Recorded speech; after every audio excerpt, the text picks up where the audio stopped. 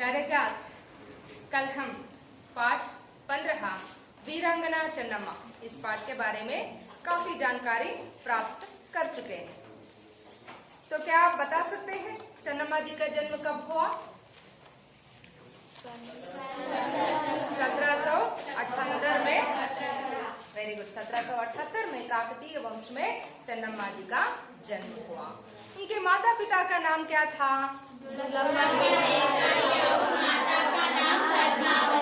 Very good. उनके माता का नाम पद्मावती और पिता का नाम चन्नम्मा। इस शब्द का अर्थ क्या होता है? सुंदर महिला। सुंदर महिला। जिस तरह उसका नाम था उसी की तरह वे भी बहुत ही सुंदर कन्या थी। उनके पिताजी से वे क्या क्या सीख पाते हैं, क्या क्या सीखते हैं? घुड़सवारी, शस्त्रास्त्राभ्यास, आर्केड आदि युद्ध कलाएं उन्हें अपने वीर पिता से प्राप्त हुई अल्वा। ಅವರ ತಂದೆಯೂ ಸಹ ತುಂಬಾ ಶಕ್ತಿವಂತರಾಗಿದ್ರು, ವೀರರಾಗಿದ್ರು. ಹಾಗೆ ಅವರ ತಂದೆಯಿಂದ ಬಳುವಳಿಯಾಗಿ ಅವರು ಕುದುರೆ ಸವಾರಿ, ಅನೇಕ ಶಸ್ತ್ರಾಸ್ತ್ರಗಳ ಅಭ್ಯಾಸ ಮತ್ತು ಬೇಟೆಯಾಡುವುದು ಇವೆಲ್ಲವುಗಳನ್ನು ಅನೇಕ ಮುಂತಾದ ಯುದ್ಧ ಕಲೆಗಳನ್ನ ಅವರ ತಂದೆಯಿಂದನೇ ಅವರು ಕರಗತ ಮಾಡಿಕೊಂಡಿದ್ರು. उसके साथ साथ वे उनके जंगम गुरु के मार्गदर्शन से किन किन भाषाओं का अध्ययन करते हैं? उर्दू, मराठी और संस्कृत। Very good. उर्दू, मराठी और संस्कृत ಭಾಷಾओं का ಅಧ್ಯಯನ किया. ಅವರು ತಮ್ಮ ಗುರುಗಳ ಸಹಾಯದಿಂದ ಸಂಸ್ಕೃತ, ಮರಾಠಿ ಮತ್ತು ಉರ್ದು ಭಾಷೆಯಲ್ಲಿ ಪಾಂಡಿತ್ಯವನ್ನ ಪಡ್ಕೊಳ್ತಾರೆ. ಹೀಗೆ ತಂದೆಯಿಂದ ಯುದ್ಧ ಕಲೆಗಳನ್ನ, ಗುರುಗಳಿಂದ ಉತ್ತಮ ವಿದ್ಯಾಭ್ಯಾಸವನ್ನ ಪಡೆದಂತಹ ವೀರ ಮಹಿಳೆ, ಸುಂದರವಾದಂತಹ ಕನ್ಯೆ ಮದುವೆಯೂ ಸಹ ಆಗ್ತಾರೆ. ಯಾರ ಜೊತೆ ಆಗ್ತಾರೆ ಮದುವೆ? ಮಲ್ಲಸರ್ಜ್ किस प्रांत के राजा थे? कित्तूर प्रांत के राजा थे. कित्तूर किस राज्य में है? कर्नाटक राज्य में है. वह प्रांत्य बहुत ही समृद्ध प्रांत्य था. क्यों कित्तूर को समृद्ध प्रांत्य कहा जाता था? देश विदेश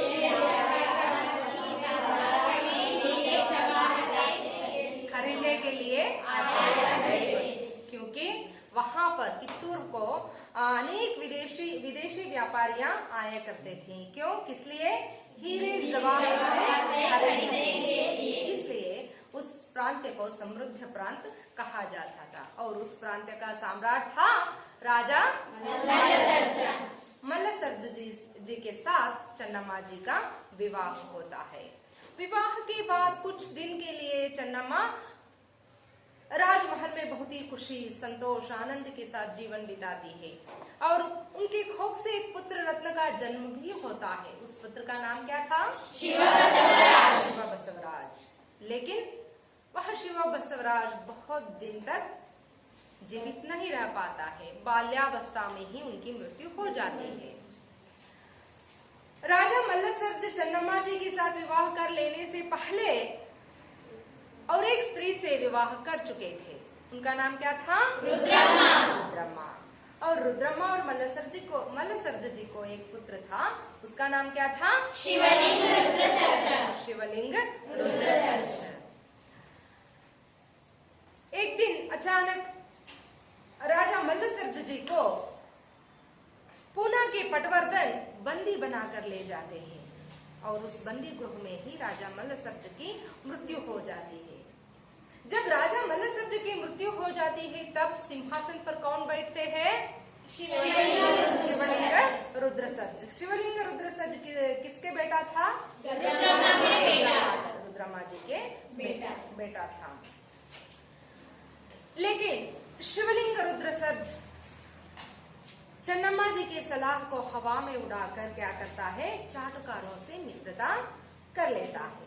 और वहां से कित्तूर का पतन प्रारंभ होता है. अंत में शिवलिंग रुद्रसर्ज का मृत्यु भी हो जाता है. कब?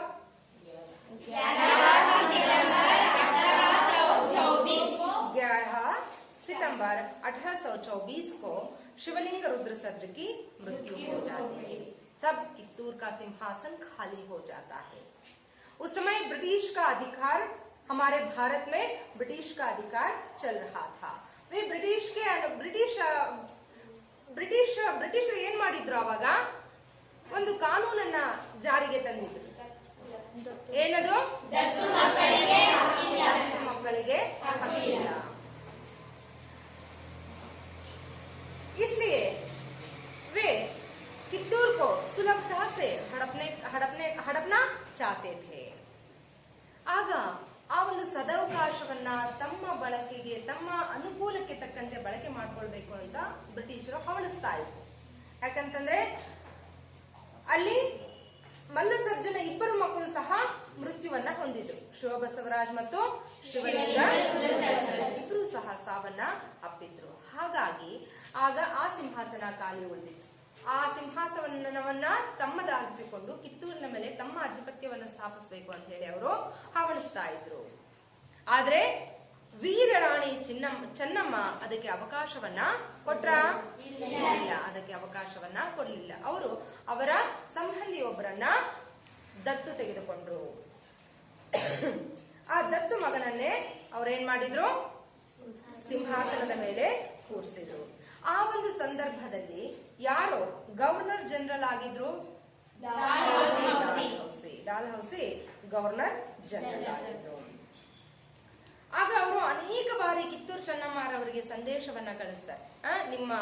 ನೀವು ಸಿಂಹಾಸನದ ಮೇಲೆ ದತ್ತು ಮಕ್ಕಳನ್ನ ಕೂರಿಸೋ ಹಾಗಿಲ್ಲ, ನೀವು ಕಪ್ಪ ಕಾಣಿಕೆಯನ್ನು ಬ್ರಿಟಿಷ್ ಸಾಮ್ರಾಟರಿಗೆ, ಬ್ರಿಟಿಷ್ ದೊರೆಗಳಿಗೆ ಕಪ್ಪ ಕಾಣಿಕೆಯನ್ನ ಕೊಡಬೇಕು ಅಂತ. ಅದಕ್ಕೆ ವೀರರಾಣಿ ಚೆನ್ನಮ್ಮರವರು ಸಹಮತಿಯನ್ನ ನೀಡ್ತಾರ? ಅವ್ರೇನ್ ಮಾಡ್ತಾರೆ? ಕಪ್ಪ ಕಾಣಿಕೆಯನ್ನು ನಾವು ಕೊಡೋದಿಲ್ಲ, ಇದು ನಮ್ಮ ರಾಜ್ಯ, ನಾವು ಸ್ವತಂತ್ರರು, ನಾವು ಯಾರು ಗುಲಾಮರು ಅಲ್ಲ ಅಂತ ಹೇಳಿ ಅವರಿಗೆ ಮತ್ತೆ ಸಂದೇಶವನ್ನ ಕಳಿಸ್ತಾರೆ. कित्तूर राज्य में अंग्रेजी सैनिकों की प्रवेश से ರಾಣಿ ಚೆನ್ನಮ್ಮ का रक्त खोल उठा. ಅಂದ್ರೆ ಅಲ್ಲಿ ಕಿತ್ತೂರಿನ ಮೇಲೆ ಅವರು ತಮ್ಮ ಆಧಿಪತ್ಯವನ್ನ ಸ್ಥಾಪಿಸಬೇಕು ಅಂದಾಗ ವೀರ ರಾಣಿ ಚೆನ್ನಮ್ಮ ರಕ್ತ ಕುದಿಯೋದಕ್ಕೆ ಪ್ರಾರಂಭವಾಗುತ್ತೆ. ನಮ್ಮ ಊರಿಗೆ ಬಂದು ನಮ್ಮಲ್ಲೇ ನಮ್ಮ ಗಾಳಿಯನ್ನ ಸೇವನೆ ಮಾಡಿ ನಮ್ಮ ನೆಲದಲ್ಲಿ ಬೆಳೆಯುವಂತ ಆಹಾರವನ್ನ ಊಟ ಮಾಡಿ ಇವರು ನಮ್ಮ ಮೇಲೆ ದಬ್ಬಾಳಿಕೆಯನ್ನು ಮಾಡೋದಕ್ಕೆ ಬರ್ತಾರಲ್ಲ ಅಂತ ಹೇಳಿ ಅವ್ರ ಮೇಲೆ ಅತ್ಯಧಿಕವಾಗಿ ಕೋಪಗೊಳ್ತಾರೆ. ಆ ಒಂದು ಸಂದರ್ಭದಲ್ಲಿ ಬ್ರಿಟಿಷರು ಏನ್ ಮಾಡ್ತಾರೆ? ವೀರರಾಣಿ ಚೆನ್ನಮ್ಮನನ್ನ ಸೆದೆ ಬಡಿಯೋದಕ್ಕಾಗಿ ಅವರದೇ ಸಾಮ್ರಾಜ್ಯದಲ್ಲಿ, ಅವರದೇ ಊರಿನಲ್ಲಿ, ಅವರದೇ ದರ್ಬಾರಲ್ಲಿ ಏನ್ ಮಾಡ್ತಾರೆ? ಒಂದಿಬ್ಬರನ್ನ ತಮ್ಮ ಕಡೆಗೆ ಸೆಳ್ಕೊಳ್ಳುವಂತಹ ಪ್ರಯತ್ನವನ್ನ ಮಾಡ್ತಾರೆ ಮತ್ತು ಅದರಲ್ಲಿ ಯಶಸ್ವಿಯೂ ಸಹ ಆಗ್ತಾರೆ. ಹಾಗಿದ್ರೆ ಅವರ ಕಡೆಗೆ ಸೆಳ್ಕೊಂಡಂತಹ ವ್ಯಕ್ತಿಗಳು ಯಾರು? ವೆಲ್ಲಪ್ಪ ಶೆಟ್ಟಿ ಅವರು ವೆಂಕಟರಾವ್ ಅನ್ನೋ ಇಬ್ಬರು ವ್ಯಕ್ತಿಗಳನ್ನ ಅವ್ರು ಏನ್ ಮಾಡ್ತಾರೆ?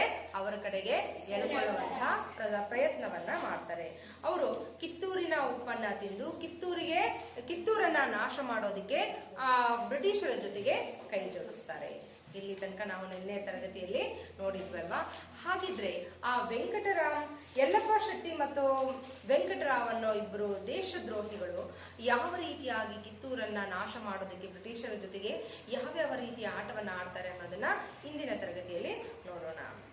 तो बच्चों, आज की पाठ शुरू करने से पहले हम आज के पाठ में आए हुए कठिन शब्दों का जान लेंगे. तो आइए देखते हैं आज कौन कौन से कठिन शब्दार्थ पाठ में आए हुए हैं. जड़ खोदना, ನಷ್ಟ ಉಂಟು ಮಾಡು, ಹಾಳು ಮಾಡು, ನಾಶ ಮಾಡು, ಹೀಗೆ ಈ ಶಬ್ದಕ್ಕೆ ಅರ್ಥಗಳು ಬರ್ತವೆ. ಲಾಲಚ್, ಆಸೆ, ಭೇದ, ರಹಸ್ಯ, ಭರ್ಸಕ್, ನಿರಂತರವಾಗಿ, ಖತರಾ, ಅಪಾಯ, ಚಾಲ್, ನಡವಳಿಕೆ, ಲಲಕಾರ್ನ, ಯುದ್ಧಕ್ಕೆ ಆಹ್ವಾನಿಸು, ತಹಸ್ ನಹಸ್ ಕರ್ನ, ಚೂರು ಚೂರು ಮಾಡು, ಸರ್ವನಾಶ ಮಾಡು, ಹಾಳು ಮಾಡು. ಮರ್ದಾನಿ ವೇಷ್, ಪುರುಷ ವೇಷ ಅಂದ್ರೆ ಸಾಮಾನ್ಯವಾಗಿ ಚೆನ್ನಮ್ಮರವರು ಪುರುಷ ವೇಷದಲ್ಲೇ ಯುದ್ಧವನ್ನ ಮಾಡ್ತಾ ಇದ್ರು ಮತ್ತು ತನ್ನ ಪ್ರಜೆಗಳ ಅಹವಾಲುಗಳನ್ನ ಅಂದ್ರೆ ವೇಷವನ್ನ ಮರೆಸಿಕೊಂಡು ಇಟ್ಕೊಂಡು ಅವ್ರು ಏನ್ ಮಾಡ್ತಾ ಇದ್ರು, ಕಿತ್ತೂರಲ್ಲೆಲ್ಲ ಓಡಾಡ್ತಾ ಇದ್ರು. ಅವರ ಪ್ರಜೆಗಳ ಆಸೆಗಳನ್ನ, ಅವ್ರ ಬೇಕು ಬೇಡಗಳನ್ನ, ಕುಂದುಕೊರತೆಗಳನ್ನ ಈಡೇರಿಸೋದಕ್ಕಾಗಿ ಅವ್ರು ಏನ್ ಮಾಡ್ತಾ ಇದ್ರು, ವೇಷ ಮರೆಸಿಕೊಂಡು ಸಾಮಾನ್ಯ ಪ್ರಜೆಯಂತೆ ಊರಲ್ಲಿ ಓಡಾಡ್ತಾ ಇದ್ರು. ಶೇರ್ನಿ ಸಿಂಹಿಣಿ, ಘೇರಾ ಢಾಲ ಮುತ್ತಿಗೆ ಹಾಕು, ಮುತ್ತಿಗೆ ಢಾಲ್ನ, ಘೇರಾ ಢಾಲ ಅಂದ್ರೆ ಮುತ್ತಿಗೆ ಹಾಕಿದರು ಅಂತ. ಮುತ್ತಿಗೆ ಹಾಕು ಅಂದ್ರೆ ಘೇರಾ ಢಾಲ್ನ ಏನಂತಾಗುತ್ತೆ, ಘೇರಾ ಢಾಲ್ನ. ಬುಜ್ ಜಾನ, ಆರಿ ಹೋಗು ಅಥವಾ ನಂದಿ ಹೋಗು, ದುಬಾರ ಮತ್ತೊಂದು ಸಲ, चिंगारी बेंकी गिरी। बेंकी गिरी। ये थे आज किए जाने वाले पाठ में आए हुए कठिन शब्दार्थ।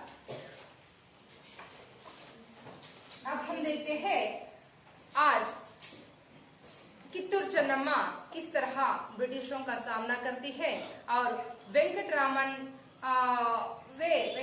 जैसे देशद्रोही किस तरह कित्तूर का पतन के लिए कारण बन जाते हैं।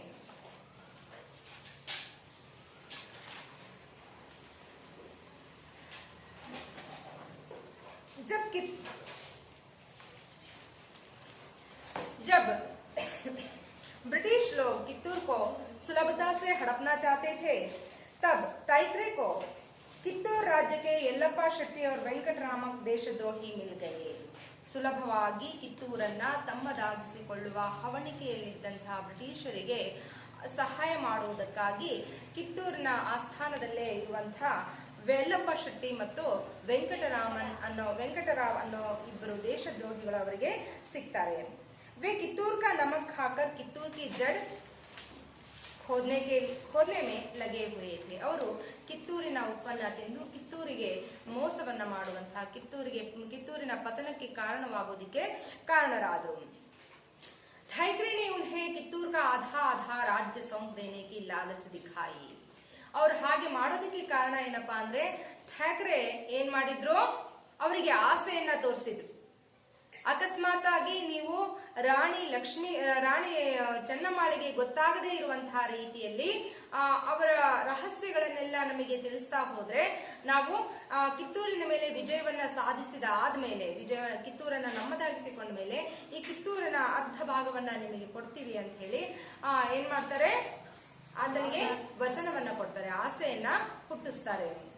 बदले में वे कित्तूर के सभी भेद खोलने और भरसक सहायता करने को तैयार हो गए. ಅರ್ಧ ರಾಜ್ಯದ ಆಸೆಗಾಗಿ ಅವರು ತಮ್ಮ ತಾಯಿಯನ್ನೇ ಮಾರ್ಕೊಳ್ಳುವಂತಹ ನೀಚ ಕೆಲಸಕ್ಕೆ ಕೈ ಹಾಕ್ತಾರೆ.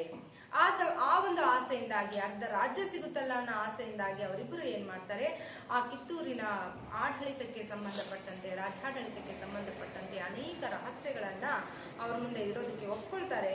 ಜೊತೆಗೆ ನಿರಂತರವಾಗಿ ಭರಸಕ್ಕ ಅರ್ಥಕ್ಕೆ ಆಗುತ್ತಾ ನಿರಂತರವಾಗಿ ಅವರಿಗೆ ಸಹಾಯ ಮಾಡೋದಕ್ಕೆ ಸಿದ್ಧರಾಗ್ತಾರೆ. दोनों ने कित्तूर का शासन भार संभालने का परवाना लेकर चन्नम्मा को दिया. उसे पढ़ते ही चन्नम्मा ने ठाकरे का पत्र टुकड़े टुकड़े करते हुए कहा, हमने गोद लेकर अंग्रेजों के विरुद्ध कोई षड्यंत्र नहीं रचा है. ಅವರಿಬ್ರು ಮೊದಲಿಗೆ ಅವ್ರ ಕಡೆಯಿಂದ ಮಾಡಿಸುವಂತ ಕೆಲಸ ಏನಪ್ಪಾ ಅಂದ್ರೆ ಠಾಕ್ರೆ ಆ ಕಿತ್ತೂರನ್ನ ನಮಗೆ ವಹಿಸಿಕೊಟ್ಟು ನೀವು ಅವರ ಸಾಮಂತ ರಾಜ ಅಂದ್ರೆ ಬ್ರಿಟಿಷರು ಹೇಳಿದ ಹಾಗೆ ಕೇಳ್ಕೊಳ್ತಾ ಅವರಿಗೆ ಕಪ್ಪ ಕಾಣಿಕೆಯನ್ನ ಸಲ್ಲಿಸ್ತಾ ನೀವು ಅಧಿಕಾರವನ್ನ ಮಾಡಬೇಕು ಅಂತ ಹೇಳಿ ಒಂದು ಪತ್ರವನ್ನ ಕಳಿಸಿರ್ತಾರೆ, ಒಂದು ಸಂದೇಶವನ್ನ ಅವರಿಗೆ ಕಳಿಸಿರ್ತಾರೆ. ಪರವಾನ ಅಂದ್ರೆ ಅದೇ ಬೇರೆ ರಾಜರಿಂದ ಇನ್ನೊಬ್ಬ ರಾಜರಿಗೆ ಬಂದಿರುವಂತಹ ಒಂದು ಪತ್ರ. उसे पढ़ते ही चन्नम्मा ने ठाकरे का पत्र टुकड़े टुकड़े करते हुए कहा. ಆ ಪತ್ರವನ್ನ ಓದ್ತಾ ಇದ್ದಂತೆ ಚೆನ್ನಮ್ಮಳ ರಕ್ತ ಕುದಿಯೋದಕ್ಕೆ ಶುರುವಾಗುತ್ತೆ. ಅವ್ರು ಏನ್ ಮಾಡ್ತಾರೆ, ಆ ಪತ್ರವನ್ನ ಹರಿದು ಬಿಡ್ತಾರೆ. ಟುಕಡಾ ಟುಕಡಾ ಕರ್ನ ಅಂದ್ರೆ ಚೂರು ಚೂರಾಗಿ ಮಾಡ್ತಾರೆ. ಮತ್ತೆ ಹರಿದೋಗುದು ಹೇಳ್ತಾರೆ, हमने गोद लेकर अंग्रेजों के विरुद्ध कोई षड्यंत्र नहीं रचा है. ನಾವು ದತ್ತು ತೆಗೆದುಕೊಂಡು ಬ್ರಿಟಿಷರ ವಿರುದ್ಧ ಯಾವ ಷಡ್ಯಂತ್ರವನ್ನು ಮಾಡಿಲ್ಲ. ನಮ್ಮ ಮನಸ್ಸು ನಿರ್ಮಲವಾಗಿದೆ, ನಾವು ನಮ್ಮ ರಾಜ್ಯದ ಅಧಿಕಾರ ನಮ್ಮ ಕೈಲಿದೆ, ನಾವು ಸ್ವತಂತ್ರರು, ಯಾರ ಗುಲಾಮರು ಅಲ್ಲ ಅಂತ ಹೇಳಿ ಹೇಳ್ತಾರೆ. ಗೋದ್ ಲೇನಾ ಹಮಾರಾ ಅಧಿಕಾರ ಹೈ, ದತ್ತು ತೆಗೆದುಕೊಳ್ಳೋದು ನಮ್ಮ ಅಧಿಕಾರ, ನಮಗೆ ಸಂಬಂಧಪಟ್ಟಿರುವಂತದ್ದು ಅಲ್ವಾ. ನಮಗೆ ಆಸೆ ಇದ್ರೆ ಮಾತ್ರ ನಾವು ದತ್ತು ತೆಗೆದುಕೊಳ್ತೀವಿ. ಬೇರೆಯವರ ಒತ್ತಾಯಕ್ಕಾಗ್ಲಿ ಬೇರೆಯವರ ಆಸೆಗಾಗ್ಲಿ ನಾವು ದತ್ತು ತೆಗೆದುಕೊಳ್ಳುವುದಿಲ್ಲ. ನಮ್ಮ ಅವಶ್ಯಕತೆ ಇದೆ, ನಮ್ಮ ಆಸೆ ಇದೆ, ನಮಗೆ ಅಧಿಕಾರ ಇದೆ. ಅದನ್ನ ಯಾರಿಂದಲೂ ನಾವು ಪಡೆದುಕೊಳ್ಳಬೇಕಾಗಿಲ್ಲ. ಇಸೆ ಥೈಕ್ರೆ ನಹಿ ರೋಕ್ ಸಕ್ತಾ. ಇದನ್ನ ಥ್ಯಾಕ್ರೆ ತಡೆಯೋದಿಕ್ಕೆ ಸಾಧ್ಯ ಇಲ್ಲ. ಯಾವುದನ್ನ? ದತ್ತು ತೆಗೆದುಕೊಳ್ಳುವುದನ್ನ ಯಾರೂ ಸಹ ತಡೆಯೋದಿಕ್ಕೆ ಸಾಧ್ಯ ಇಲ್ಲ. ಹಮಾರೆ ಘರೇಲು ಮಾಮಲೋ ಮೇ ಬೋಲ್ನೆ ವಾಲಾ ವಹಾ ಹೈ ಹಿ ಕೌನ್. ನಮ್ಮ ಮನೆಯ ವಿಷಯದಲ್ಲಿ ಮೂಗು ತೋರಿಸೋದಕ್ಕೆ ಅವನು ಯಾರು? ಅವನಿಗೆ ಏನ್ ಹಕ್ಕಿದೆ? ಅವನಿಗೆ ಯಾವ ಅಧಿಕಾರ ಇದೆ? ಅಂದ್ರೆ ಕಿತ್ತೂರು ನಮ್ಮ ಮನೆ, ನಾವಿರುವಂತಹ ಮನೆ, ನಮ್ಮ ರಾಜ್ಯ, ಅದು ನಮ್ಮ ಮನೆ ಇದ್ದ ಹಾಗೆ. ಇಲ್ಲಿ ಏನೇ ಆಗಿದ್ರು, ಯಾವುದೇ ಸಮಾರಂಭ ಆಗಿರ್ಲಿ, ಯಾವುದೇ ಫಂಕ್ಷನ್ಗಳಾಗಿರ್ಲಿ, ಅದು ನಮಗೆ ಸಂಬಂಧಪಟ್ಟಿರುವಂಥವು. ನಮ್ಮ ಮನೆಗೆ ಬಂದು ನಮ್ಮ ಮನೆಯ ವಿಷಯದ ಬಗ್ಗೆ ಮಾತನಾಡುವಂತಹ ಅಧಿಕಾರ ಅವನಿಗಿಲ್ಲ. ಯಾಕಂದ್ರೆ ಅವನು ಬೇರೆಯವನು ಅಂತ ಹೇಳಿ ಹೇಳ್ತಾರೆ. कित्तूर स्वतंत्र राज्य है और तब तक रहेगा जब तक मेरे शरीर में प्राण है. ಕಿತ್ತೂರು ಒಂದು ಸ್ವತಂತ್ರವಾದಂತಹ ರಾಜ್ಯ. ಅದು ಎಲ್ಲಿವರೆಗೂ ಸ್ವತಂತ್ರವಾಗಿರುತ್ತಂದ್ರೆ ಎಲ್ಲಿವರೆಗೂ ನನ್ನ ದೇಹದಲ್ಲಿ ಉಸಿರಿರುತ್ತೋ ಅಲ್ಲಿವರೆಗೂ ಕಿತ್ತೂರು ಸ್ವತಂತ್ರವಾಗಿರುವಂತಹ ರಾಜ್ಯನೇ ಅಂತ ಹೇಳಿ ವೀರಾವೇಶದಿಂದ ಜೋರಾಗಿ ಕಿರ್ಚಾಡ್ತಾರೆ, ಹೇಳ್ತಾರೆ. यह फटकार सुनते ही दोनों देशद्रोही अपना समूह लेकर चले गए. ಈ ಮೇಲ್ಛಾವಣಿ ಕಿತ್ತು ಹೋಗುವ ಹಾಗೆ ಜೋರಾಗಿ ವೀರಾವೇಶದಿಂದ ಆರ್ಭಟಿಸಿದಂತಹ ಮಾತನ್ನ ಕೇಳಿ ಆ ಇಬ್ಬರು ದೇಶದ್ರೋಹಿಗಳು ತಮ್ಮ ಮುಖವನ್ನ ತಗ್ಗಿಸಿಕೊಂಡು, ಮುಖ ಮೇಲೆತ್ತೋದಕ್ಕೂ ಸಹ ಅವರಿಗೆ ಧೈರ್ಯ ಸಾಲೋದಿಲ್ಲ. ಅಷ್ಟು ವೀರಾವೇಶದಿಂದ ರಾಣಿ ಚೆನ್ನಮ್ಮ ಅವರಿಗೆ ಪ್ರತ್ಯುತ್ತರವನ್ನ ನೀಡ್ತಾರೆ. ಆ ಉತ್ತರವನ್ನ ಪಡೆದಂತಹ ಅವರು, ಅದು ಯಾವ ರೀತಿಯಾಗಿತ್ತಂದ್ರೆ, ಜೋರಾಗಿ ಮಳೆ ಬರುವಂತಹ ಸಂದರ್ಭದಲ್ಲಿ ಜೋರಾದಂತ ಒಂದು ಗುಡುಗಿನ ಸಿಡಿಲಿನ ಆರ್ಭಟ ಹೇಗಿರುತ್ತಲ್ಲ ಆ ರೀತಿಯಾಗಿ ಚೆನ್ನಮ್ಮ ಅವರಿಗೆ ಪ್ರತ್ಯುತ್ತರವನ್ನ ನೀಡ್ತಾಳೆ. ಆ ಉತ್ತರವನ್ನ ಪಡ್ಕೊಂಡು ಅವರು ಬೇರೆ ದಾರಿ ಇಲ್ದಂಗೆ ಏನ್ ಮಾಡ್ತಾರೆ, ಮುಖವನ್ನ ತಲೆ ತಗ್ಗಿಸ್ಕೊಂಡು ಹೊರಟು ಹೋಗ್ತಾರೆ. ಕಿತ್ತೂರ್ ಮೇ ಗುರು ಸಿದ್ದಪ್ಪ ಜೈಸೆ ಕುಶಲ್ ದಿವಾನ್ और बालन्ना, रायन्ना, गजवीर और चन्नबसप्पा जैसे वीर योद्धा भी थे, जिनके रहते कित्तूर के लिए कोई खतरा न था. ಕಿತ್ತೂರು ಕೇವಲ ವೀರ ರಾಣಿ ಚೆನ್ನಮ್ಮನನ್ನ ಪಡೆದಂತಹ ನಾಡಾಗಿರಲಿಲ್ಲ, ಅವಳ ಜೊತೆಗೆ ಆ ವೀರಾವೇಶದಿಂದ ಹೋರಾಡುವಂತಹ ಅನೇಕ ಜನ ಇದ್ರು. ಅವರಲ್ಲಿ ಗುರುಸಿದ್ದಪ್ಪ ಅಂತ ಕುಶಲ, ತುಂಬಾ ಬುದ್ಧಿವಂತ ಚಾಣಾಕ್ಷ ದಿವಾನರು ಒಬ್ಬರಾದ್ರೆ, ಬಾಲಣ್ಣ, ರಾಯಣ್ಣ, ಗಜವೀರ್ ಚನ್ನಬಸಪ್ಪನಂಥ ಅನೇಕ ವೀರ ಯೋಧರು ಅಂದ್ರೆ ಸೈನಿಕರು ಸಹ ಇದ್ರು. ಅವರು ಕಿತ್ತೂರನ್ನ ಸ್ವತಂತ್ರವಾಗಿಯೇ ಇಟ್ಟುಕೊಳ್ಳುವುದಕ್ಕಾಗಿ, ಅದನ್ನ ಯಾರ ಪಾಲು ಮಾಡದೇ ಇರೋ ಹಾಗೆ ರಕ್ಷಣೆ ಮಾಡೋದಕ್ಕೆ ಸಿಂಹದಂತೆ ಗರ್ಜಿಸ್ತಾ ಆರ್ಭಟಿಸ್ತಾ ಸದಾ ಯುದ್ಧ ಮಾಡೋದಕ್ಕೆ ಸಿದ್ಧರಾಗಿರ್ತಾ ಇದ್ರು.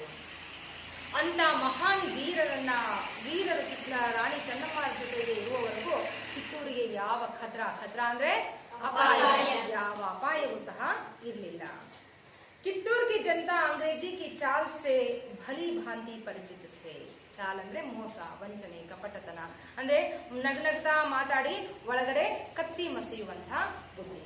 ಅಂತಹ ಒಂದು ಬ್ರಿಟಿಷರ ಅಂತಹ ವಂಚನೀಯ ಬುದ್ಧಿ ಅವರಿಗೆ, ಕಿತ್ತೂರಿನ ಜನರಿಗೆ ತುಂಬಾ ಚೆನ್ನಾಗಿ ಗೊತ್ತಿತ್ತು.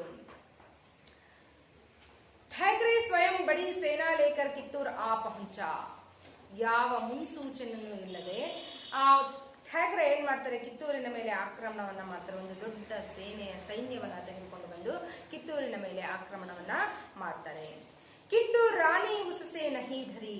ಆದ್ರೆ ಎಷ್ಟೇ ದೊಡ್ಡ ಸೈನ್ಯವನ್ನ ತೆಗೆದುಕೊಂಡು ಬಂದರೂ ಸಹ ರಾಣಿ ಚೆನ್ನಮ್ಮ ಸ್ವಲ್ಪವೂ ಸಹ ಅಂಜಲಿಲ್ಲ, ಸ್ವಲ್ಪವೂ ಸಹ ಬೆದರಲಿಲ್ಲ, ಸ್ವಲ್ಪವೂ ಸಹ ಚಿಂತೆ ಮಾಡಲಿಲ್ಲ. ಥ್ಯಾಕ್ರೆ ने 500 सिपाहियों के साथ कित्तूर के किले पर चढ़ाई करने की आज्ञा दी. ಥ್ಯಾಕ್ರೆರವರು 500 ಸೈನಿಕರಿಗೆ ಕಿತ್ತೂರಿನ ಕೋಟೆಯನ್ನ ಹತ್ತುವುದಕ್ಕೆ ಆಜ್ಞೆಯನ್ನ ಮಾಡಿದರು. ರಾಣಿ ನೇ ವೀರ್ ಸೈನಿಕೋ ಕೋ ಯುದ್ಧ ಕೆ ಲಿಯೆ ಲಲಕಾರ್ತೆ ಹುಯೆ ಕಹಾ. ಅದೇ ರೀತಿಯಾಗಿ ರಾಣಿಯೂ ಸಹ ವೀರರಾಣಿ ಚೆನ್ನಮ್ಮಾಳು ಸಹ ತನ್ನ ಸೈನಿಕರನ್ನ ಲಲಕಾರ್ನ ಅಂದ್ರೆ ಯುದ್ಧಕ್ಕೆ ಆಹ್ವಾನಿಸಿ, ಯುದ್ಧಕ್ಕೆ ಪ್ರೋತ್ಸಾಹಿಸುವ, ಅವರಲ್ಲಿ ಶಕ್ತಿಯನ್ನ ತುಂಬುತ್ತಾ, ಅವರನ್ನ ಹುರಿದುಂಬಿಸ್ತಾ ಅವರನ್ನು ಸಹ ಯುದ್ಧಕ್ಕೆ ಆಹ್ವಾನವನ್ನ ನೀಡ್ತಾರೆ, ಕರೀತಾರೆ. ಯುದ್ಧಕ್ಕೆ ಕರಿಬೇಕಾದಾಗ ಏನಂತ ಹೇಳ್ತಾರೆ, ಮಾತೃಭೂಮಿ ಕಿ ಸಪೂತೋ ಅಪ್ನೆ ಪ್ರಾಣೋं की बाजी लगाकर हम अपनी मातृभूमि की रक्षा करते हैं. ಅಂದ್ರೆ ಈ ತಾಯ್ನಾಡಿನ ಪುಣ್ಯ ತಾಯ್ನಾಡಿನಲ್ಲಿ ಜನ್ಮ ಪಡೆದಂತಹ ನಾವು ನಮ್ಮ ತಾಯ್ನಾಡನ್ನ ಮತ್ತು ನಮ್ಮ ತಾಯಿಯನ್ನ ಉಳಿಸಿಕೊಳ್ಳೋದಕ್ಕಾಗಿ ಆಕೆಯ ಗೌರವವನ್ನ ಕಾಪಾಡೋದಕ್ಕಾಗಿ ಅಪ್ನೆ ಪ್ರಾಣಂಗಿ ಬಾಜಿ ಲಗಾಕರ್ ನಮ್ಮ ಪ್ರಾಣವನ್ನೇ ನಾವು ಬಲಿ ಕೊಟ್ಟು ಏನ್ ಮಾಡ್ಬೇಕು, ಈ ನಾಡನ್ನ ಕಾಪಾಡ್ಕೊಳ್ಬೇಕು. ನಮ್ಮ ತಾಯಿಯನ್ನ ನಾವು ಆ ಕೆಂಪು ಕೋತಿಯರ ಕೈಗೆ ನಮ್ಮ ತಾಯಿ ಸಿಗದೆ ಇರೋ ಹಾಗೆ ನಾವು ಆಕೆಯನ್ನ ರಕ್ಷಿಸಬೇಕು ಅಂತ ಹೇಳಿ ಸೈನಿಕರನ್ನ ಹುರಿದುಂಬಿಸ್ತಾರೆ. ಅಂಗ್ರೇಜಿ ಸೇ ಹಮ್ಸೆ ಬಲಪೂರ್ವಕ ಛೀನನಾ ಚಾತೆ ಹೇ, ಬ್ರಿಟಿಷರು ಇದನ್ನ ಒತ್ತಾಯ ಪೂರ್ವಕವಾಗಿ ನಮ್ಮ ಕೈಯಿಂದ ಕಿತ್ಕೊಳ್ಳೋದಕ್ಕೆ ಬಯಸ್ತಾ ಇದ್ದಾರೆ. ಲೇಕಿನ್ ಇಸೆ ಹಮ್ ಕೈಸೆ ಛೋಡ್ ಸಕ್ತೆ ಹೇ, ಆದ್ರೆ ಇದನ್ನ ನಾವು ಹೇಗೆ ಅವರಿಗೆ ಕೊಡೋದಕ್ ಸಾಧ್ಯ? ಯಾವ್ದನ್ನ? ಕಿತ್ತೂರು ರಾಜ್ಯವನ್ನ ನಾವು ಹೇಗೆ ಬ್ರಿಟಿಷರ ಕೈಗೆ ಒಪ್ಪಿಸೋದಕ್ಕೆ ಸಾಧ್ಯ? ಯಹ ಹಮೆ ಅಪ್ನೆ ಪೂರ್ವಜೋ ಸೆ ಮಿಲಿ ಹೇ, ಇದು ನಮ್ಮ ಪೂರ್ವಿಕರಿಂದ ನಮಗೆ ಸಿಕ್ಕಿರುವಂತಹ ವರ. ಇದನ್ನ ನಾವು ಕಾಪಾಡ್ಕೊಳ್ಬೇಕು, ಅವರ ಪಾಲಾಗೋದಕ್ಕೆ ಬಿಡಬಾರ್ದು. ನಮ್ಮ ಪ್ರಾಣವನ್ನು ಬಲಿ ಕೊಟ್ಟಾದ್ರೂ ನಾವು ಏನ್ ಮಾಡ್ಬೇಕು, ಕಿತ್ತೂರನ್ನ ಕಾಪಾಡಬೇಕು. ಬನ್ನಿ ಯುದ್ಧಕ್ಕೆ ಹೋಗೋಣ ಅಂತ ಹೇಳಿ ಸೈನಿಕರನ್ನ ಹುರಿದುಂಬಿಸ್ತಾರೆ, ಆಹ್ವಾನವನ್ನ ನೀಡ್ತಾರೆ. उधर तैखे ने धमकी दी कि 20 मिनट में आत्मसमर्पण कर दिया जाए, नहीं तो किला तहस नहस कर दिया जाएगा. ಆ ಕಡೆ ಕಿತ್ತೂರಿನ ಕೋಟೆಯ ಹೊರಗಡೆ ಇರುವಂತಹ ಥ್ಯಾಕ್ರೆ ಒಂದು ಆಜ್ಞೆಯನ್ನ ಮಾಡ್ತಾನೆ, ಒಂದು ಧಮಕಿ ಅಂದ್ರೆ ಬೆದರಿಕೆಯನ್ನ ಹಾಕ್ತಾನೆ. 20 ಮಿನಿಟ್ ಮೇ ಆತ್ಮಸಮರ್ಪಣ ಕರ್ ದಿಯಾ ಜಾಯ್. 20 ಮಿನಿಟ್ ಅಂದ್ರೆ 20 ನಿಮಿಷದಲ್ಲಿ ಆತ್ಮಸಮರ್ಪಣ ಅಂದ್ರೆ ನಾವು ನಿಮಗೆ ಶರಣಾಗಿದ್ದೀವಿ ಅಂತ ಹೇಳಿ ತಮ್ಮನ್ನ ತಾವು ಅವರಿಗೆ ಒಪ್ಪಿಸಿಕೊಳ್ಳುವಂಥದ್ದು. ಆ ರೀತಿಯಾಗಿ ನಿಮ್ಮ ಆತ್ಮಸಮರ್ಪಣೆಯನ್ನ ನೀವು ಮಾಡದೇ ಹೋದ್ರೆ ಇಡೀ ಕೋಟೆಯನ್ನ ತಹಸ್ ನಹಸ್ ಅಂದ್ರೆ ಚೂರಾಗಿ ಮಾಡ್ತೀವಿ ನಾವು ಅಂತ ಹೇಳಿ ಬೆದರಿಕೆಯನ್ನ ಹಾಕ್ತಾನೆ. ಕುछ समय बाद मर्दानी वेश में रानी चन्नम्मा शेरनी की भांति अंग्रेजों की सेना पर टूट पड़ी. ಆತನ ಮಾತುಗಳನ್ನ ಕೇಳಿಸ್ತಾ ಇದ್ರೆ ಈ ರಾಣಿ ಚೆನ್ನಮ್ಮಳ ರಕ್ತ ಕುದಿತಾ ಇತ್ತು. ಕೊನೆಗೆ ಅವಳೇನ್ ಮಾಡ್ತಾಳೆ, ಮರ್ದಾನಿ ಪುರುಷ ವೇಷವನ್ನ ಹಾಕಿಕೊಂಡು ಕುದುರೆ ಮೇಲೆ ಸವಾರಿ ಮಾಡ್ತಾ ಎರಡೂ ಕೈಗಳಲ್ಲಿ ಖಡ್ಗವನ್ನ ಇಟ್ಕೊಂಡು ಆ ಬ್ರಿಟಿಷ್ ಸೈನ್ಯದ ಮೇಲೆ ಸಿಂಹಿಣಿಯಂತೆ ತುಂಬಾ ವೀರಾವೇಶದಿಂದ ತುಂಬಾ ಕೋಪಗೊಂಡಿರುವಂತಹ ರೊಚ್ಚಿಗೆದ್ದಿರುವಂತಹ ಸಿಂಹಿಣಿಯಂತೆ ಅವರ ಸೈನ್ಯದ ಮೇಲೆ ಎರಗ್ತಾಳೆ. ಅಂದ್ರೆ ಅವರ ಸೈನ್ಯದ ಮೇಲೆ ಆಕ್ರಮಣವನ್ನ ಮಾಡ್ತಾಳೆ. ಉನ್ಕೆ ಪೀಚೆ 2000 ಯೋದ್ಧಾ ಥೆ. ಆಕೆಯ ಹಿಂದೆ ಎಷ್ಟು ಜನ ಸೈನಿಕರಿದ್ರು? 2000 ಸೈನಿಕರಿದ್ರು. ಭಯಾನಕ ಯುದ್ಧ ಹುವಾ, ತುಂಬಾ ಭಯಾನಕವಾದಂತಹ ಯುದ್ಧ ಆಯಿತು. ಅಂಗ್ರೇಜೋं की सेना इस प्रवाह को सह न सकी. ಬ್ರಿಟಿಷರ ಸೈನ್ಯ ಈ ವೀರರಾಣಿ ಚೆನ್ನಮ್ಮಳ ಸೈನ್ಯವನ್ನ ನೋಡಿ ನಡುಗೋಯ್ತು. ಆಕೆಯ ಶೌರ್ಯವನ್ನ ಎದುರಿಸಲಿಕ್ಕೆ ಬ್ರಿಟಿಷರಿಗೆ ಸಾಧ್ಯ ಆಗಲೇ ಇಲ್ಲ. ವಹ ಭಾಗ್ ಕಡಿ ಹುಯಿ और ಥ್ಯಾಕ್ರೆ ಮಾರಾ ಗಯಾ. ಈಕೆಯ ಸೈನ್ಯಕ್ಕೆ ಆ ಬ್ರಿಟಿಷರ ಸೈನ್ಯ ಸಣ್ಣ ಇರುವೆ ಅಂತ ಏನಾಯ್ತು, ನಾಶ ಆಗೋಯ್ತು. ಹೊಸಕಿ ಹಾಕ್ಬಿಟ್ರದ್ನ. ಕೊನೆಗೆ ಥ್ಯಾಕ್ರೆನು ಸಹ ಯುದ್ಧದಲ್ಲಿ ಉಳಿದಂತಹ ಸೈನಿಕರು ಓಡ್ ಹೋದ್ರೆ ಥ್ಯಾಕ್ರೆ ಮಾತ್ರ ಯುದ್ಧದಲ್ಲಿ ಸಾವನ್ನಪ್ಪ, ಅವನು ಕೊಲ್ಲಲ್ಪಟ್ಟ. ದೇಶದ್ರೋಹಿಯೋ ಕಾ ಕಾಮ್ ತಮಾಮ್ ಕರ್ ದಿಯಾ ಗಯಾ. ದೇಶದ್ರೋಹಿಗಳ ಕಾಮ್ ತಮಾಮ್ ಕರ್ನ ಅಂದ್ರೆ ಅವರನ್ನು ಸಹ ನಾಶಗೊಳಿಸಲಾಯಿತು, ಅವರಿಗೂ ಸಹ ಕೊನೆ ಎಳೆಯಲಾಯಿತು, ಅವರು ಸಹ ಮೃತ್ಯುವನ್ನ ಹೊಂದಿದ್ರು. बंदी घोरे अंग्रेज अफसरों के साथ उदारता का व्यवहार किया गया और उन्हें छोड़ दिया गया. ಅಷ್ಟೆಲ್ಲ ಕಿತ್ತೂರಿನ ಮೇಲೆ ಆಕ್ರಮಣವನ್ನ ಮಾಡಿದ್ರು ಸಹ ನಮ್ಮ ಕನ್ನಡಿಗರ ಮನಸ್ಸು ತುಂಬಾ ವಿಶಾಲವಾದಂತಹ ಹೃದಯವನ್ನ ಹೊಂದಿರುವಂತದ್ದಾಗಿದ್ದು, ಉದಾರತೆಯ ಮನೋಭಾವವನ್ನ ಹೊಂದಿರುವಂತದ್ದು. ಹಾಗಾಗಿ ರಾಣಿ ಚೆನ್ನಮ್ಮಾಳು ಸಹ ಅವರೆಲ್ಲ ಉಳಿದಂತಹ ಸೈನಿಕರೆಲ್ಲ ಓಡ್ ಹೋದ್ರು. ಥ್ಯಾಕ್ರೆ ಕೊಲ್ಲಲ್ಪಟ್ಟ, ಹತ್ಯೆಗೀಡಾದ. ಆದ್ರೂ ಆ ಸೈನಿಕರಲ್ಲಿ ಉಳಿದಂತಹ ಬ್ರಿಟಿಷ್ ಅಧಿಕಾರಿಗಳ ಮೇಲೆ ಅಧಿಕಾರಿಗಳಿಗೆ ಕ್ಷಮಿಸಿ ಏನ್ ಮಾಡಿದ್ರು, ಅವರನ್ನ ಹೋಗೋದಿಕ್ಕೆ ಬಿಟ್ಬಿಟ್ರು. ಹೀಗೆ ಅವರನ್ನ ಅವರಲ್ಲಿ ಉದಾರತೆಯನ್ನ ತೋರಿಸಿ ಏನ್ ಮಾಡಿದ್ರು, ಅವರನ್ನ ವಾಪಸ್ಸು ಅವರವರ ಪ್ರಾಂತ್ಯಕ್ಕೆ ಕಳುಹಿಸಿದ್ರು. ಲೇಕಿನ್ ಯಹ ವಿಜಯ್ ಬಹುತ್ ದಿನ ತಕ್ ನ ರಹಿ.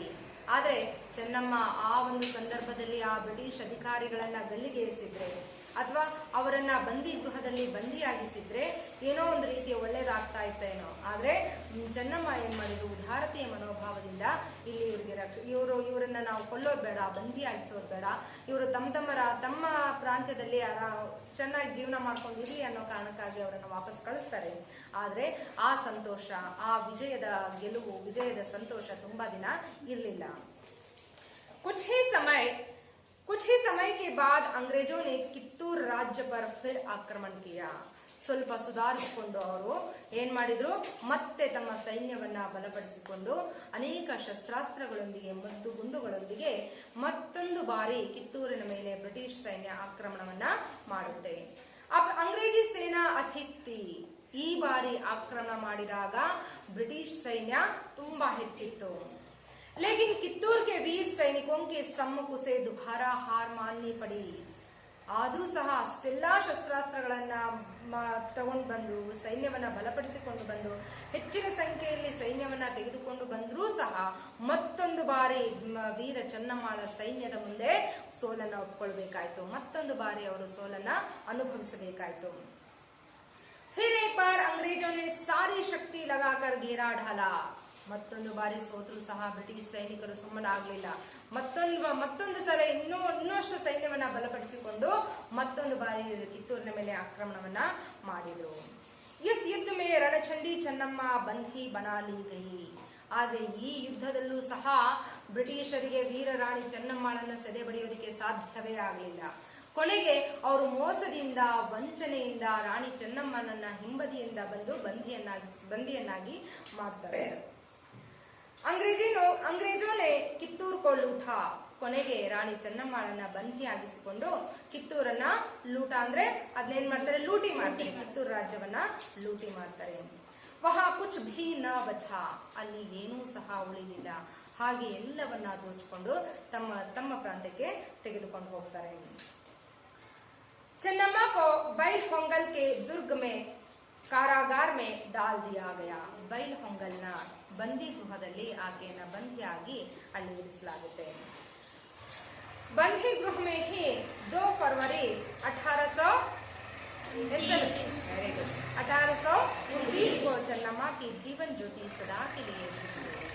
ಕೊನೆಗೆ ಮೋಸದಿಂದ, ವಂಚನೆಯಿಂದ, ಹಿಂದೆಯಿಂದ ಬಂದು ಆಕೆಯನ್ನ ಬಂದಿಯನ್ನಾಗಿಸಿಕೊಂಡ್ರು.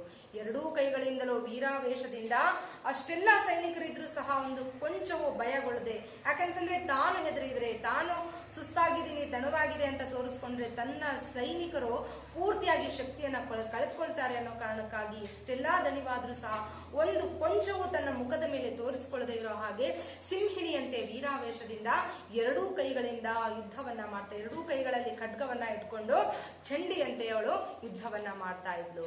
ಆ ಭಯಂಕರವಾದಂತಹ ರೂಪವನ್ನ ಕಂಡು ಬ್ರಿಟಿಷರು ಭಯಭೀತರಾಗಿ ಇನ್ನು ನಮಗೆ ಈ ಸಲನೂ ಸೋಲೆ ಖಂಡಿತ ಅಂತ ಹೇಳಿ ಹಿಂದೆಯಿಂದ ಬಂದು ಮೋಸದಿಂದ ಆಕೆಯನ್ನ ಬಂಧಿಯನ್ನಾಗಿ ಮಾಡ್ಕೊಳ್ತಾರೆ. ಕೊನೆಗೆ ಬೈಹೊಂಗಲ್ನ ಬಂದಿ ಗೃಹದಲ್ಲಿ ಆಕೆಯನ್ನ ಇರಿಸ್ತಾರೆ. ಅಲ್ಲಿಯೇ ಫೆಬ್ರವರಿ 2, 1829 ಚೆನ್ನಮ್ಮರವರು ಮರಣವನ್ನ ಹೊಂದುತ್ತಾರೆ. ಯಹ ಕರ್ನಾಟಕ ಜನತಾ ಕೆ ಲಿಯೆ ಗರ್ವ ಕಿ ಬಾತ್ ಹೈ. ಇದು ಕರ್ನಾಟಕದ ಜನತೆಗೆ ಹೆಮ್ಮೆ ಪಡುವಂತಹ, ಗರ್ವದಿಂದ ನಾವು ಇಂಥ ಒಂದು ತಾಯ್ನಾಡಿನಲ್ಲಿ, ವೀರ ನಾಡಿನಲ್ಲಿ ಹುಟ್ಟಿದಂಥವ್ರು ಅಂತ ಹೇಳಿ ಹೇಳ್ಕೊಳ್ಳೋದಕ್ಕೆ ನಿಜಕ್ಕೂ ಸಹ ಹೆಮ್ಮೆ ಆಗುತ್ತೆ. कर्नाटक की वीरांगना चन्नम्मा ने पहली बार स्वतंत्रता की जो चिंगारी डाली थी, बाद में वह सारे भारत में फैल गया. ವೀರ ಚೆನ್ನಮ್ಮಾಳು ಮೊಟ್ಟ ಮೊದಲ ಬಾರಿಗೆ ಒಂದು ಬೆಂಕಿಯ ಕಿಡಿಯನ್ನು, ಸ್ವತಂತ್ರವನ್ನ ಪಡ್ಕೊಳ್ಳೇಬೇಕು, ನಾವು ಯಾರ ಗುಲಾಮರು ಅಲ್ಲ, ನಾವು ಸ್ವತಂತ್ರರು, ಇದು ನಮ್ಮ ಪೂರ್ವಿಕರಿಂದ ನಮಗೆ ಸಿಕ್ಕಂತ ವರ ಅಂತ ಹೇಳಿ ಒಂದು ಬೆಂಕಿಯ ಕಿಡಿಯನ್ನ ಹಚ್ಚಿದ್ರು. ಆ ಕಿಡಿ ಏನಾಯ್ತು, ದೊಡ್ಡ ಜ್ವಾಲೆಯಾಗಿ ಉರಿತಾ ಕೊನೆಗೂ ಸಹ ಬ್ರಿಟಿಷರನ್ನ ಭಾರತದಿಂದ ಓಡಿಸೋವರೆಗೂ ಸಹ ಅದು ತಣ್ಣಗಾಗ್ಲೇ ಇಲ್ಲ, ಆರ್ಲೇ ಇಲ್ಲ. ಆ ಬ್ರಿಟಿಷರು ಭಾರತವನ್ನ ಬಿಟ್ಟು ಹೋದ್ಮೇಲೆ ಆ ಕಿಚ್ಚು, ಆ ಕಿಡಿ ತಣ್ಣಗಾಗೋದಕ್ಕೆ ಸಾಧ್ಯ ಆಯಿತು. ಹೀಗೆ ನಾವು ಸ್ವತಂತ್ರರಾಗೋದಕ್ಕಿಂತ ಮುಂಚೆ ಆ ಬ್ರಿಟಿಷರ ಗುಲಾಮಗಿರಿಯಿಂದ ನಮ್ಮನ್ನ ಕಾಪಾಡೋದಕ್ಕೆ, ನಮ್ಮ ದೇಶವನ್ನ ಸ್ವತಂತ್ರಗೊಳಿಸೋದಕ್ಕೆ ಕೇವಲ ವೀರರಾಣಿ ಚೆನ್ನಮ್ಮ ಅಷ್ಟೇ ಅಲ್ಲ, ಅನೇಕ ಮಹಾನ್ ವ್ಯಕ್ತಿಗಳು, ಪುರುಷರು, ಸ್ತ್ರೀಯರು ತಮ್ಮ ಸರ್ವಸ್ವವನ್ನು ತ್ಯಾಗ ಮಾಡಿ ತಮ್ಮ ಪ್ರಾಣವನ್ನ ಬಲಿ ಕೊಟ್ಟು ನಮಗೆ ಸ್ವಾತಂತ್ರ್ಯವನ್ನ ತಂದು ಕೊಟ್ಟಿದ್ದಾರೆ. ಆ ಸ್ವಾತಂತ್ರ್ಯವನ್ನ ನಾವು ಕಾಪಾಡಿಕೊಳ್ಬೇಕು. ಅದಕ್ಕೆ ನಿಜವಾದ ಅರ್ಥ ಬರೋ ಹಾಗೆ, ದೇಶದ ಅರ್ಥ ಬರೋ ಹಾಗೆ ಮತ್ತು ದೇಶವನ್ನ ಅಭಿವೃದ್ಧಿಯ ಪಥದತ್ತ ಒಯ್ಯೋ ಹಾಗೆ ನಾವು ನಮ್ಮ ಸಾಧನೆಯನ್ನ ಮಾಡಬೇಕು ಅಲ್ವಾ. ದೇಶದ ಹೆಸರನ್ನ ಮುಗಿಲೆತ್ತರಕ್ಕೂ ಎತ್ತೋ ಹಾಗೆ, ಇಡೀ ವಿಶ್ವವೇ ಭಾರತ ದೇಶವನ್ನ ಕೊಂಡಾಡೋ ಹಾಗೆ ನಾವು ಸಾಧನೆಯನ್ನ ಮಾಡಬೇಕು. ಅಂಥ ಆತ್ಮವಿಶ್ವಾಸವನ್ನ ನಾವು ಬೆಳೆಸ್ಕೊಳ್ಬೇಕು. तो आज का पाठ ये था. कल फिर मिलेंगे अगले पाठ के साथ. तब तक के लिए आप सभी को धन्यवाद.